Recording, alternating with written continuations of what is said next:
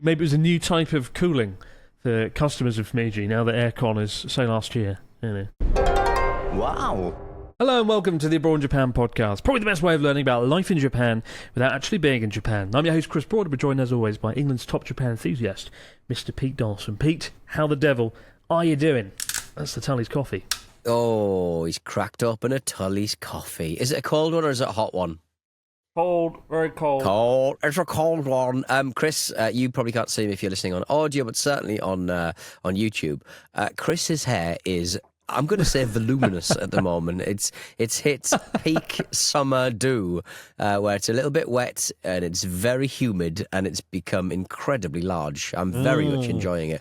My hair is large. And there's a man on the internet who is basically a football fan, and he's not cutting his hair until Manchester United win, I think, 3 or 4 matches on the bounce, or don't lose for a little while.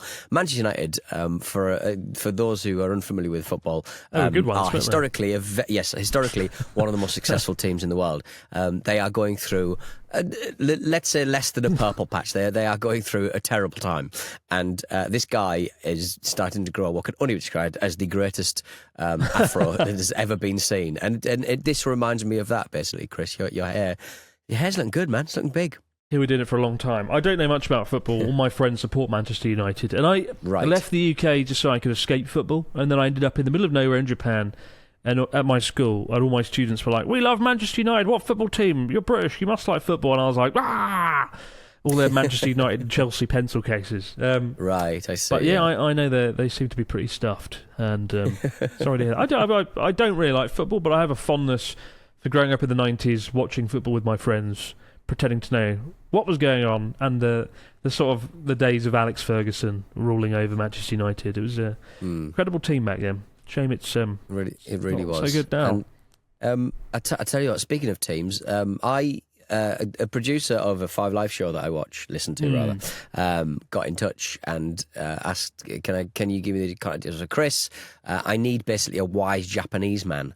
And then I passed on your details, and after asking if that was okay, and I was listening to the show last night when I was busy doing some tidying up, and Ryotaro was on one of my favourite shows. One of my favourite shows.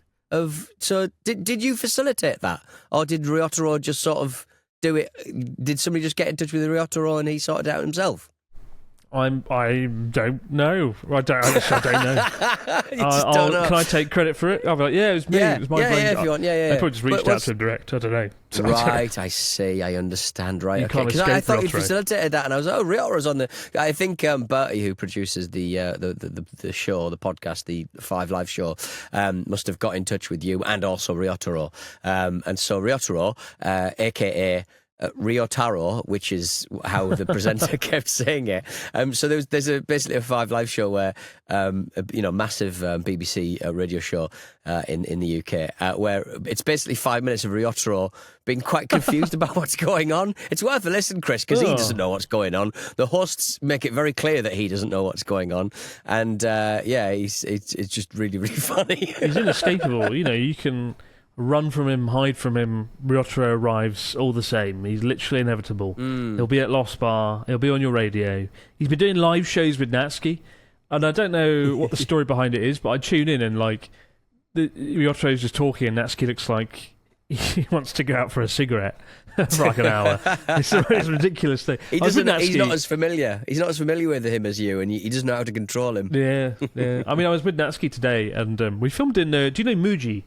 The no brand shop, basically. Muji means like no branding, whatever. And I went in. We're doing a video around Tokyo, and I told Paul, the cameraman, I want to have a shot of me walking past all these unbranded bits of stationery and bottles on the wall. It looked quite nice. We started doing the shot, and I'm like looking, because it's a B-roll shot. I'm like not looking at the camera. I'm trying to look suave and sophisticated. And as I did it, a pipe above me exploded, and like a gallon of shit just like flew down all over me. Like you this were walking like water. Walking. Oh, it was horrible, Pete. It was horrible. You were walking around in the shop. A sewage pipe, or just water, I don't think it was a sewage pipe. I think it was some sort of There's water only two pipe. kinds of pipes. There's only two kinds of pipes, though, Chris. shit and water, I'm and I'm just worried you might be covered in shit in Muji. I mean, you could. There's not a stabilo boss in the world that would make me happy after that. It was great. I mean, I'm pretty sure it's water, but I'm kind of. It's just I'm looking suave, and then like, this few drops just smashed into my face. And I went, ugh! And then like the staff, I'm like, your ceiling's exploded, and like. There was only 2 staff in the shop, and then all of a sudden, like 8 different people came through a door, running out like with buckets and wool, and they tried to fix it, but they couldn't. And then, as I was leaving, the stream had turned into a torrent, and it was like Japan's biggest waterfall in the ceiling of Muji. I felt really bad for them, but also annoyed. My black shirt covered in filthy / clean water from the ceiling. Yeah. Honestly. Oh dear. Well, I mean, I would say that you are probably on some kind of list that you were probably doing some YouTube filming in Muji and you smashed it to make a point, like Johnny Somali, like all these YouTubers. Oh my goodness. I mean, it's all a day's work. Other than that, to be fair, it was quite nice. It was very hot at the moment, and it was a new type of cooling for customers of Muji. Now that aircon is so last year. Muji's always filled with those kind of like hydrating kind of like not atomizers, what are they bloody called? Where they just not boil, but they make water vapor. Humidifiers. I have one of those. Yeah, humidifier. So maybe it's a new kind of that. Lovely old stuff. So just watch out for a Muji, unless you want a shower. Let's not have showers at Muji. Cameron from Mississippi. I don't think we've had many messages from Mississippi or stories from Mississippi, so this should be interesting. No. Hello, Conscious Chris and Preposterous Pete. I just got back from my trip across Japan this March. On my last night in Tokyo, I stayed out past the last train in Shibuya, and I passed by Lost Bar a few times that night, but there were lines every time, so I never got a chance to go in. Oh, no. Patience, Cameron. You have to wait for your too much volcano and fuck sake drink. Since I missed the last train, I ended up at a club called Harlem, and I stayed until 3 a.m. After that, I decided to walk back towards Shibuya Station. Unfortunately, my phone had died by then, and I had no way to navigate, so I spent an hour and a half wandering through parts of Shibuya I'd never seen before, stopping at a few 7-Elevens to ask for directions. Eventually, I found my way back to the station and caught the first train to Ueno. Jesus, that's quite far. Imagine making that walk from Shibuya to Ueno. I've only done it once, and it took about 9 hours. But the journey didn't end there. Once I got to Ueno, I spent another 2 hours asking for directions at even more 7-Elevens before finally recognising a few landmarks. I made it back to my accommodation around 7 a.m, completely wiped out. Have you guys ever had your phone die and found yourself stranded or struggling to get back? What do you do when you miss the last train? Keep bringing the heat. Cameron from Mississippi. Ah, man. I mean, you could buy at convenience stores, you can buy like phone charger, like battery packs. They're quite cheap. They sometimes take like double A batteries, which is quite fun. It's like it's like a 4-pack of batteries, and it'll always come with batteries. But to redo them, I've got one upstairs actually. Like you can just fill them with double A batteries, and it gives you half a phone's charge, I would say. Do it, and yeah, they have they get the job done. I mean, I don't think I've ever had a navigation issue per se. I think I'll be all right, apart from the time I travelled with the paper map with Pete Dawson. That's the only time I've had like an issue of this calibre. I guess you're kind of you're so deep into your Japan journey. Maybe these sort of things probably happened back in the day, but your town that you stayed in was so small. You could probably walk from one place to another anyway. But like I would say, like I've been to Club Harlem, and it's just full of like. It's full of Japanese people doing like hip hop kind of like hand stuff where it's just like, yeah, whoa, yeah, like quite 90s sort of vibes, all dressed up to the nines and stuff. But I mean, it's not far away from Shibuya Station. I don't know, just head down the hill.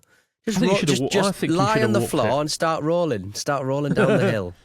Should have walked it back. I will say, when I used to come to Tokyo, the many years before I lived here, I really enjoyed just walking randomly across the city and seeing sort of where I ended up. It is a really cool place to sort of get lost down the side streets. And I think it was a missed opportunity, Cameron, to walk across the entirety of Tokyo while drunk / hangover. Few sheets of the wind. Oh, is there anything worse? I mean, there's I would say for that sort of space, that 5 minutes you get between being absolutely Johnny hammered and hungover and sober, there's no better town than Tokyo, because there's just so many ramen places. It's So many 24-hour city, isn't it? stodgy, Yeah. carby sort of stuff you can buy 24/7. It really is something else. You don't have to worry about, going down the wrong alleyway, running into the No. Yakuza. And speaking of the Yakuza, it's a story this week involving them, which is a rare thing. The Yakuza are, on their way out, for better or worse. And it's a rare thing to have a story involving them these days. But what's going on? What have they done? Those cheeky Yakuza. Those cheeky Yakuza. Well, they're hungry. They're clearly hungry, Chris. Yes, the Yakuza are in the news again for some pretty serious stuff. They've been stealing some sea cucumbers, Chris. They've been nicking sea cucumbers. Squishy tube creatures from the deep are a hot commodity in places like China and Hong Kong, where they're considered a delicacy, and they're also used in traditional medicine as well. The demand and price has skyrocketed recently. Some people are calling them black diamonds, which really is a nonsense. Recently, 5 men were arrested off the coast of Fukuoka for poaching over 600 kilograms of sea cucumbers. The haul was estimated to be worth around 1.8 million yen. 12.5 grand. Among those arrested were a fisherman and an executive from a marine products company. They used diving equipment to collect these sea cucumbers from areas where local fisheries have exclusive rights. The Yakuza's involvement in sea cucumber pilfering and poaching isn't new. Back in 2020, 10 members of the Yamaguchi-gumi, Japan's largest Yakuza group, were arrested in Hokkaido for similar sea cucumber activities, amounting to a theft of over $20,000. Sea cucumbers are clearly delicious and important and financially, useful when it comes to crime. But marine ecosystems rely on them. The health of the ocean floor is an important thing to look after. And sea cucumbers presumably suck in the muck and fart out the good stuff. So over-harvesting them can have a detrimental effect on the environment. It's not exactly Tokyo Vice, is it? In Tokyo Vice, it's not. The head of the Yakuza, his plot is to become on the board of Japan's 4 biggest companies and sort of be semi-legitimate and take over Japan. And in reality, it's we got a sea cucumber, innit? I'm out with an old fisherman. I'm out with an oceanman just picking up sea cucumbers. Hard work. I think if you're down at the bottom of the sea picking up sea cucumbers, you can just keep them. You've earned that. Come on, you've earned that. I'm surprised they're not going for something more pricey, like Yubari melons. The melons in Hokkaido are worth hundreds of dollars per melon. Right, yes. Or tuna, Maguro tuna from the Oma fishing strait, the most expensive of which sold for $3 million, a single tuna. These are the things I would be going for if I was being a thieving rascal.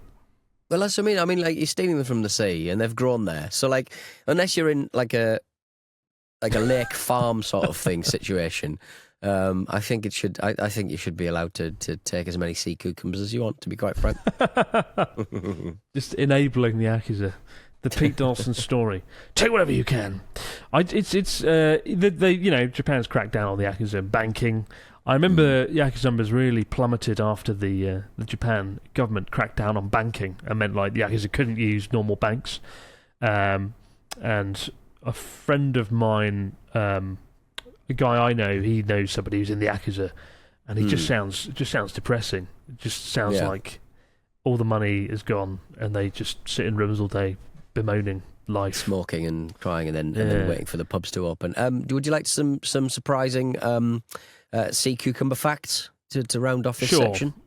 When threatened, they can eject their internal organs, like their intestines and gonads, through their anus as a distraction from predators, and then regenerate those organs. Now, if that isn't a party trick, I don't know what is. I wonder how often they can eject their gonads and intestines through their anus. I would very much like to know how that all pans out, to be honest. That's pretty grim. I didn't even realise what they looked like until I just looked it up. They look a big slug. A pointy slug. Ugh. Don't have a brain or a heart. Disgusting. Like some of the people I know. They don't even look like cucumbers. If you saw a cucumber like that, I'm not eating that. There's so many different colours as well. They're absolutely disgusting. I don't even know if I've ever eaten one before. And after looking at what I've just seen, I don't intend to start anytime soon. Like an organ. Yeah, It looks like a man's organs. Some of the seafood. It's oh god. We'll be back in this moment, guys, with your stories, comments, and questions over in the fax machine. There'll be no sea cucumbers there. Wow. Now we're back with the fax machine. What have we got this week, Mr. Dolphin, from our listeners? Oh, stop looking at the sea cucumbers, Chris. Stop The fax machine, yes, opens with the first cab off the rank with Jorge, or maybe George, from Chicago. Dear Cherry Blossom, Chris and Petal Pete, I'm trying to book my second trip to Japan next spring with some friends, and we really want to see some sakura during its season, but I want to try to avoid big crowds. I've done the Golden Routes, and I was thinking of spending some time in the north. Is there a place time that you'd recommend that's off the beaten path in the spring? Cheers to you both, George or Jorge from Chicago, or Chicago. You'd think that you would, if you were going to go north, you would be a little bit later, cracking on into sort of May time. Would that be right? Yeah, I think so. It's because it's nice up there. The old blossoms kick off a few weeks after Tokyo, and there's some really nice areas like Kakonodate in Akita, which is where you've got the samurai village, lots of beautiful trees there. Hirosaki Castle in Aomori, lots of nice apple pies around there, because it is Aomori, of course. There's a place just south of Sendai I went to with Ryotaro, it's called Shibata. I did a video on it years ago, and that was really cool. Cherry blossom season as well. So yeah, Tohoku's one of the best places to be in spring, as far as I'm concerned. And you missed all the Golden Route crowds as well, because I think 2% of travellers go to Tohoku. So yeah, you're in good hands up there. Whatever that means. Yeah. James from LA, you're in good hands. Ryotaro's hands. James from LA. Hey there, Chris and Pete. My girlfriend and I are hoping to travel to Japan this year. And like all our travels, we want to bring along our roller skates, as we like to find trails and streets to skate. Judging from your videos we've seen over the years, bike trails, sidewalks and streets of Japan seem very smooth, leading us to wonder if anyone over there uses them for roller skates. Have you seen anybody do it? We don't want to break any rules. Thanks for the great content. All the best. James from LA. Unfortunately, rollerblading is generally prohibited on streets in Japan and sidewalks. There are some parks and kind of areas designated for it around rivers, but yeah, really, it's not allowed. I don't know why. Guess it just doesn't work in a dense city. Yeah. But I mean, you can cycle. People cycle on the pavements all the time. Very confusing. I guess it just never took off here. But, you know, there's folks that do skateboarding. I was in Ueno Park the other day, and there were some guys just doing it. I suppose skateboards are different. I don't know. They do have lots of, like, tricks, like ramps and stuff in parks where you can, like, go. And I think that's your best bet, unfortunately, as opposed to going around Tokyo on your skates, sadly. There was, in my town I live in, Leigh-on-Sea in Essex, there is a big skate park behind the train station next to a place that I am more likely to frequent, The Tip, the recycling centre, with me bits and bobs. And there was another skate park that was there before the one that's there now. And like Tony Hawk and Bucky Lasek and stuff were like there doing stuff in the 90s. Really? Like, so it was a bit of a destination. Like, had proper like half pipe, ramps and stuff that they'd made and stuff. So yeah, absolutely amazing. Don't go to Japan. Go to Essex. Go to Essex. Do some roller skating. Do some rollerblading. Yeah, lovely. Callum from London says, hello Chris and Pete, I'm planning a trip to London and a trip to Japan and can't wait to try as many dishes as possible. What's a Japanese dish or ingredient that you love but think most tourists would never try or don't know about? Thanks guys. Sea cucumbers. Getting my Japanese fix. Cheers, Callum. It's sea cucumbers, Callum. Sea cucumbers. Found by the Yakuza. One right down the back of your throat and just swallow it whole. Beautiful. Delicious. I actually can't think... maybe oyakudon. Nobody goes for oyakudon. The mother oyako means parent and child, and it's just egg and chicken. So chicken and egg on some rice. That's pretty good. Very sweet. That's a very sweet little term. Unagi as well. Nobody eats unagi. Eels covered in a sweet sticky soy sauce. I had some with Natsuki. We went to Kawagoe, the Little Edo they call it, in Tokyo, and it's a beautiful neighbourhood. Lots of old buildings, lots of old streets that I don't know many people have gone there, but actually I thought it was really nice. That'll be out in a video soon, so check that out. But yeah, unagi, oyakudon, sea cucumbers, the big three underrated dishes to try when you come to Japan. Keep the stories, questions, comments coming in to abroadjapanpodcast@gmail.com. We'll be back later in the week, guys. But for now, have yourself a great few days. We'll see you right back here to do all over again on the Abroad Japan podcast. Bye for now.